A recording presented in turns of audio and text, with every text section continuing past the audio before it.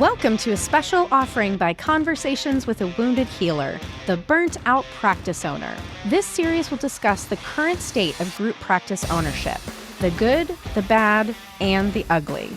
We'll hear current and former practice owners' tales of glory and woe as we attempt to answer the ultimate question, why do we do this to ourselves? And we want to hear from you too. What have been your biggest moments of struggle or triumph? What are questions you want us to explore? I'm your host, Sarah Bueno. I owned and operated my practice Head Heart Therapy for 10 years before selling in 2023. Ownership was an equally grueling and rewarding experience for me, and I now spend my time helping current practice owners find balance for themselves. Join us between releases of Conversations with a Wounded Healer for this special series. OMG, my friends, how you doing? How burnt and crispy are we right now? I've been hearing a lot of people are going through some stuff. So if that's you, hang in there. This episode will hopefully be really helpful for you. If you do find it helpful, you know what would be helpful for me? If you share this with others. I am really jazzed up about supporting practice owners right now. I don't know if you know this, but this is what I've been doing now since I sold Head Heart Therapy. Head Heart Business Therapy. I am now a business consultant for group therapy practices. OMG. So share this podcast with others because I'd love to get some new consulting clients. You could also rate and review on Apple Podcast. As you may or may not know, this entire podcast is called Conversations with a Wounded Healer, which I've been doing since March of 2018. So it's been a million years now. But the Burnt Out Practice Owner is this special series that's sort of capturing the energy of what's happening in the therapy field right now. So you can rate and review on Apple Podcasts, and I'd love for you to listen to a regular episode of Conversations with a Wounded Healer as well. And I really meant what I said in the intro about hearing from you. I want to know what you're thinking. I want to know how this is landing. What feedback do you have? What am I missing? What else needs to be included? You can reach out to me by email at sarah@headheartbiztherapy.com, or you can find me on Instagram at headheartbiztherapy. Or I'm also on Facebook at Head Heart Biz Therapy, but I don't know where those messages go. Facebook is doing weird things. Anyway, I'm excited you're here, and I'm super duper excited to introduce you to today's guest. So Annie Schuessler is a business coach and the host of the Rebel Therapist podcast. With her Rebel Therapist programs, she helps therapists, healers, and coaches make an impact beyond traditional private practice. You can find her resources at rebeltherapist.me. And Amazing Annie was on Conversations with a Wounded Healer. Gosh, I couldn't even tell you when it was.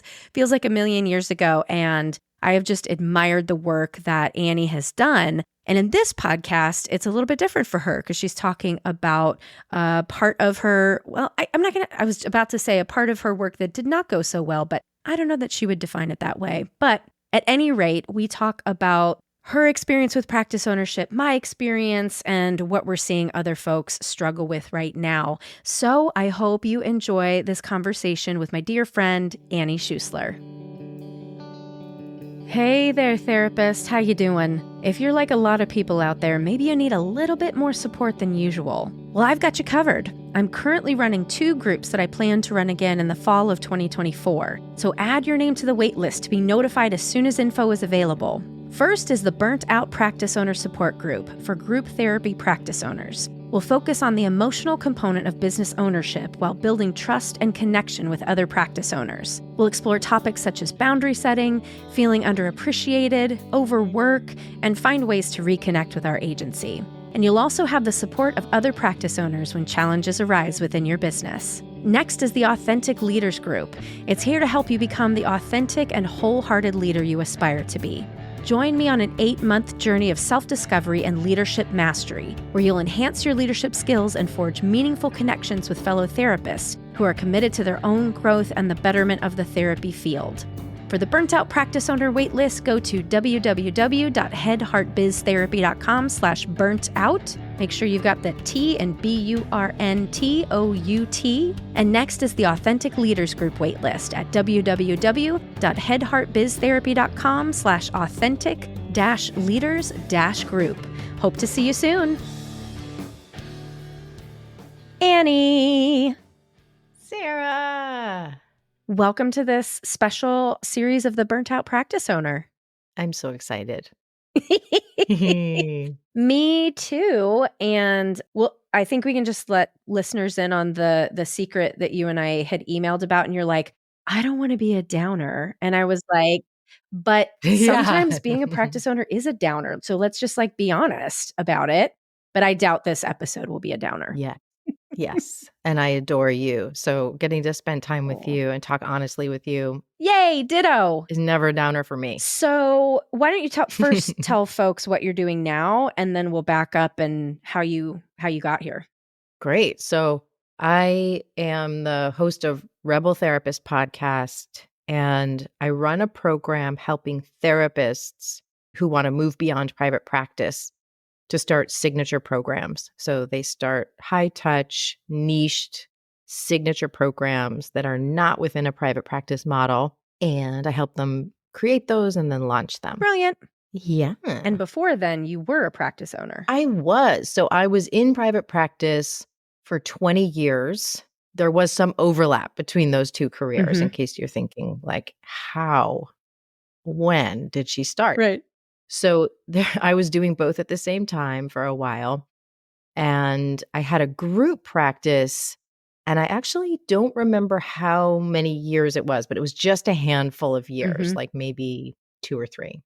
Yeah. And then I closed that because it wasn't quite the right fit for me.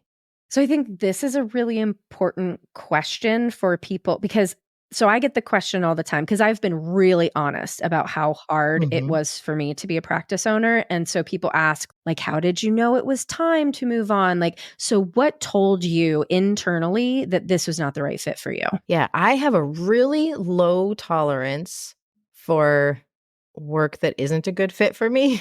So as soon as I started feeling like, running a group practice is not exciting me. It isn't feeling how I hoped it would feel. And I felt like, okay, the marketing energy that I have, I'm wanting to put it into my coaching business.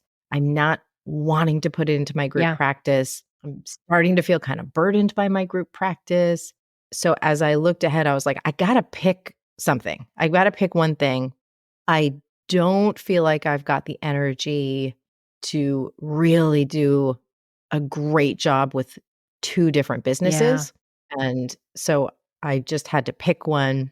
And then as soon as I got clear on that, then I was really clear which one I wanted to pick, that I wanted to pick my coaching business. And I just had a lot more things I wanted to say here. Yeah. And so I just decided, I go through a process whenever I'm trying to make a decision about what to let go, where I think, okay, if I didn't have a group practice now, would I build one? And I was like, oh, hell no, I really would not. Right. So then that was so clear, it's time to let it go. Yeah. What did you think it was going to feel like? Because you said like that's one of the things that clued you into it wasn't the right thing, that you didn't feel like you thought it would feel. I thought it was going to be really fun to do the marketing. I thought it was going to be really fun to work with the therapists. And I always liked the behind the scenes stuff. Like I actually liked the admin and the logistics and the marketing. And I was starting to feel at the time, I was starting to feel kind of burned out on therapy sessions. And so I felt like, okay, I'm good at marketing. I have a wait list. I've got like what I and a lot of other people have been wanting. So no brainer. I should turn this into a group practice. I've got enough clients coming in for at least one other caseload. So I'll find somebody awesome. And I decided to make it focused on couples therapy for niching. And I just felt like this is going to be fun. I had in an agency, I had been a manager before, so I knew I had some experience. Not that I was the perfect boss, but I had some experience with managing folks. So I actually worked with Casey Truffaut. I don't know if anybody even remembers Casey, but I worked with Casey Truffaut to help me look at like how to do this, how to build a group practice. And I was really excited. I thought it would be fun and like playing to my strengths. What wasn't fun? So I was right that setting things up behind the scenes was kind of fun. Like I love me a checklist. I love a spreadsheet. I love a plan. I love Yeah. putting together all these systems. And it was really fun to just do things like, create the schedule for the office and look at, okay, this is what I'm going to do this quarter, next quarter, all that planning stuff. But what was not so fun was running that system once I had built it. Yeah. So for me, I love starting things. And eventually I get really tired of doing the same thing over and over again. Same. Mhm. And I'm not a great manager. Like, Mm. I realized when I was working in the agency, it went pretty well. And I think that's partly because I was a manager, but I was also working with other managers. So I was on a team Yes. myself and I had a Yes. boss who I loved. And so me and my partner, whose also name was Sarah, my, agency partner, we ran a team together. Mm. And so I had her to bounce things off of. I had other managers to bounce things off of. So I was an okay manager in that situation, Yeah. but it also wasn't my money. Like, it That's wasn't the my other thing, business. yeah. Yeah. The worst things I ever had to do were not really my decisions. Like, Yeah. I was working for an agency Yep. and looking out for their bottom line to some degree, but I could also advocate for the people on my team. And, you know, some people who worked for me might disagree, but I wasn't usually the bad guy. Yeah. But then this was my business Yeah. as a practice owner, my money. And, it was completely different to be the only boss. So it felt kind of lonely. Yeah. Well, and because you're a parent too, I would love to hear Mm. sort of your comparison because, like, my question to people who have been both managers and parents is like, which one's harder? And the feedback I've Mm. gotten is that being a manager is harder because at least with the kids, there's some level of love that is online usually. So that makes it worth it.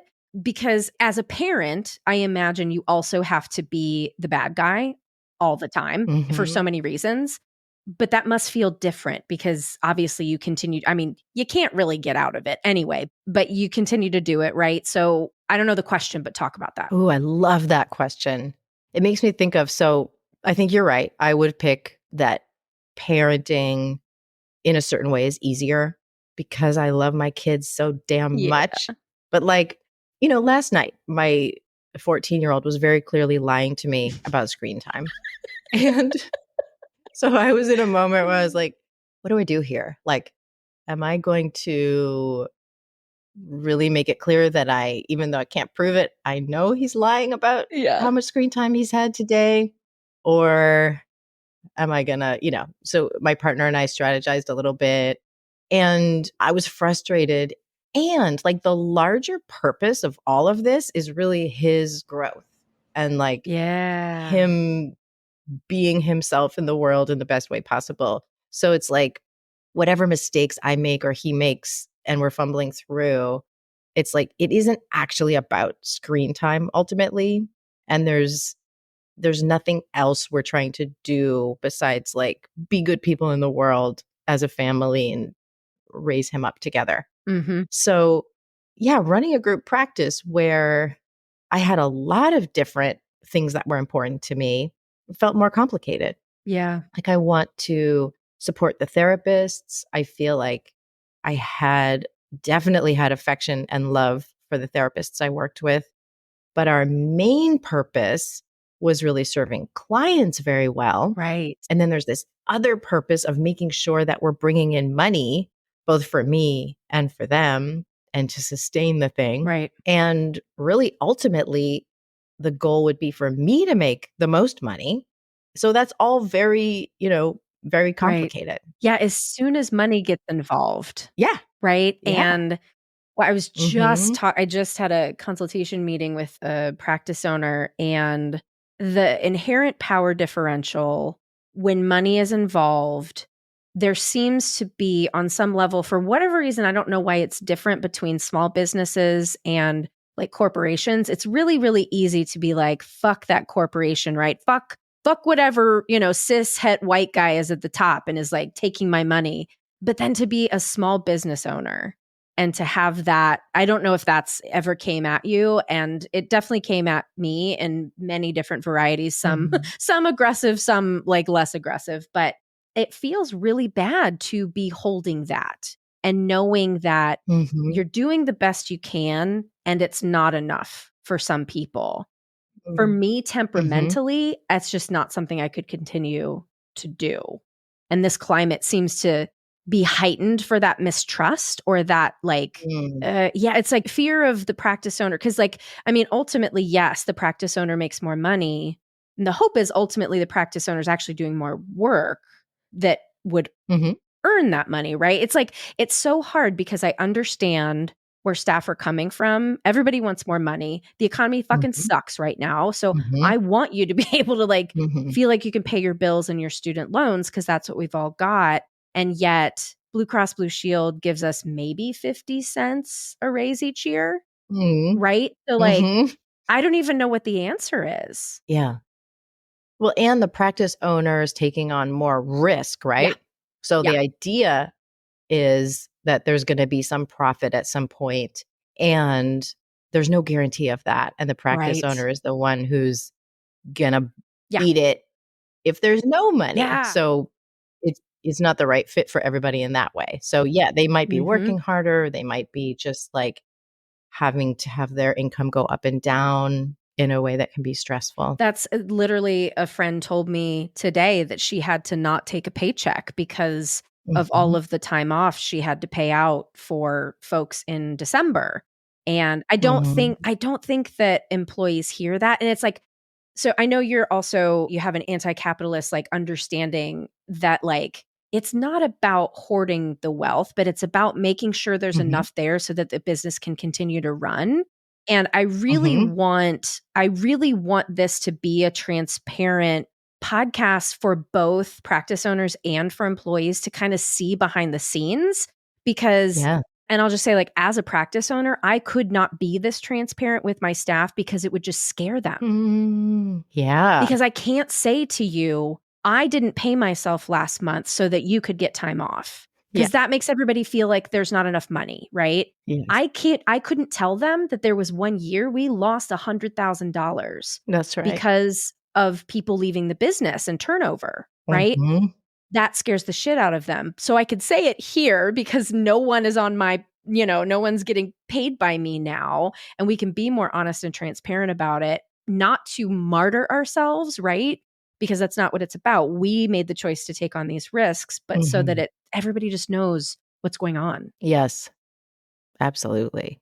And I think being so transparent where you can, like how you're doing now, it's really helpful for people who might be maybe they're working in a group practice Mhm. and maybe someday they're thinking they'd like to own one Mhm. to get to see, well, what is that actually like? And Right. I've seen, and I have no idea who it was. So I'm not, I'm not calling out anybody in particular, but I've seen some posts from group practice owners saying like, you know, we need to tell our employees like I'm having a really hard time Mhm. too. And I actually kind of don't necessarily agree with Yeah. that. Like I do kind of think it's part of the job of Mhm. the owner to part of what we're getting paid for is not having people on the team worry about those things if Right. possible and being willing at times even to be seen as the villain, Yeah. that sometimes that's a more loving thing to Yes. do, is to be like, "I'm gonna go home and cry, talk to my spouse Yeah. about it, talk to my friends about it, but I'm gonna go ahead and just take that Right. take that projection right now because, that's part of being the boss or part of being the owner." But I'm really curious what you think about that. Is that just, like, toxic No, bullshit that I'm I think you're right. Well, so 2 things. I think you're right because it is the risk that we assume, and it's part of, yeah, I'm taking on so much bullshit, and yes, I am going to take that 10% profit. Thank you very much, right? Yeah. And my wish for practices is that we could I guess my, like, dream vision is if we could have these healthy holarchies. Do you know this term holarchy? Tell Oh, me. I girl, love it so already. much stuff. Yes. I got to tell you about spiral dynamics, send you on a rabbit hole. But I was introduced to the term holarchy. Basically, so holons are whole things that if you stack them together, then they make other whole things. So it's whole things that are built by whole Mhm. things. So like atoms make molecules, make human beings, right? All of this sort of stuff. Yeah. So, from an Mhm. organizational level, if we think about each individual therapist, then makes up this whole Mhm. organization, which then makes up, part of people working in the city of Chicago and then, in the state of Illinois. And right. So, it's all of these like small pieces, right? So, if we take part of the whole on away, then the whole thing suffers on some level, right? The bigger it gets, the less Mhm. obvious it is. But in a small business, I guess my hope is that we would begin to see it more as a holarchy than a hierarchy. Mm. Right now, so many of us are rejecting hierarchy, and I understand why because Mhm. many of us have been harmed by it. But if we recognize that like holarchy means somebody is going to have more responsibility, but that doesn't necessarily mean they're better Yeah. or more important, Mhm. right?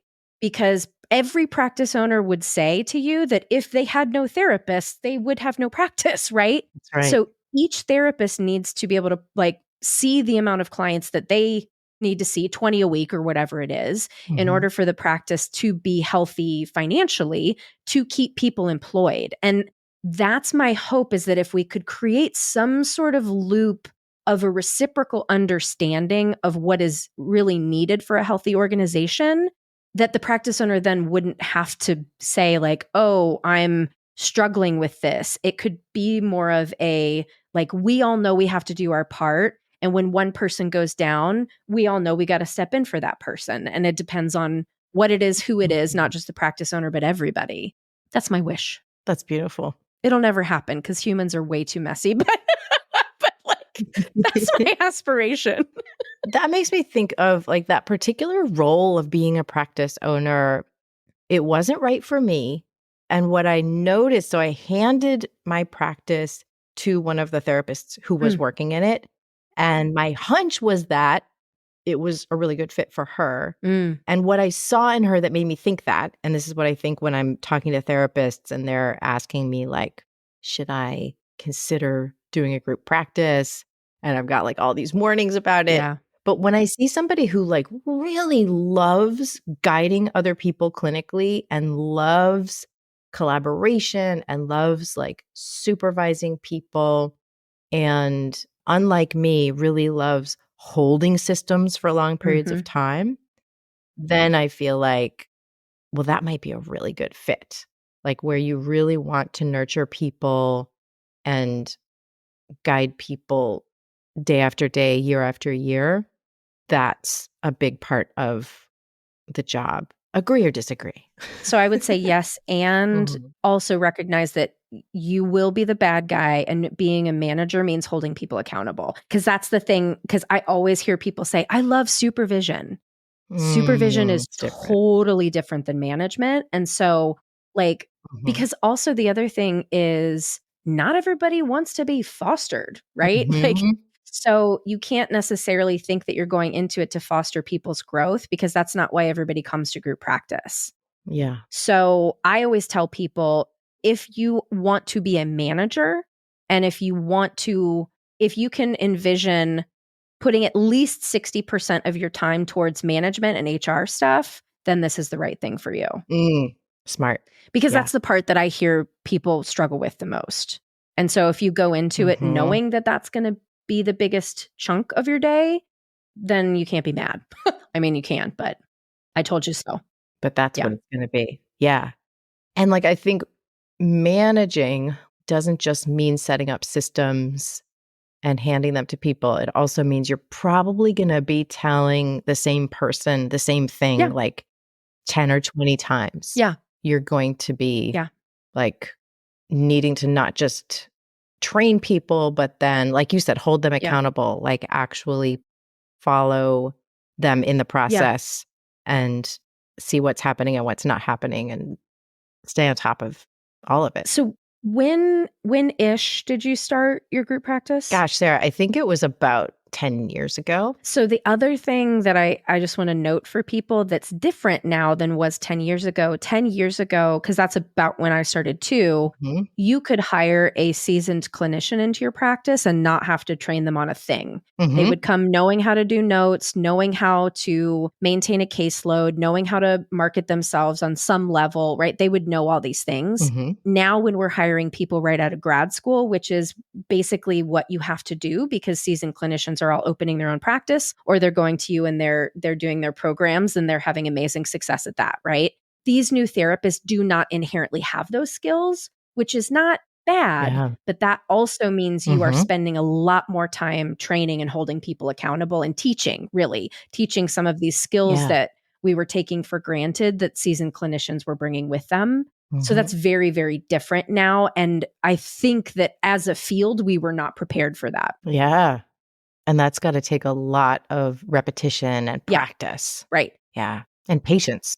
And patience. And like, God bless a new person coming into private practice who's like, yes, I'm going to see 30 people a week and I'm going to like, everybody has the best of intentions. Nobody comes in and is like, yeah, I'm going to struggle with marketing myself. I'm going to struggle with maintaining a caseload. I'm going to struggle with my confidence, which then impacts my caseload, all this stuff. They're all going to say the right thing. So as a manager, you sort of have to be able to predict and Mhm. also be able to, it's like this gentle holding of like, I need to foster your growth, whether you think I do or not, and not in a Mhm. patronizing way, but like, in order for us both to be successful, we need to be on the same page together. And that there seems to be a little overconfidence of the Mm. newbies sometimes. Mhm.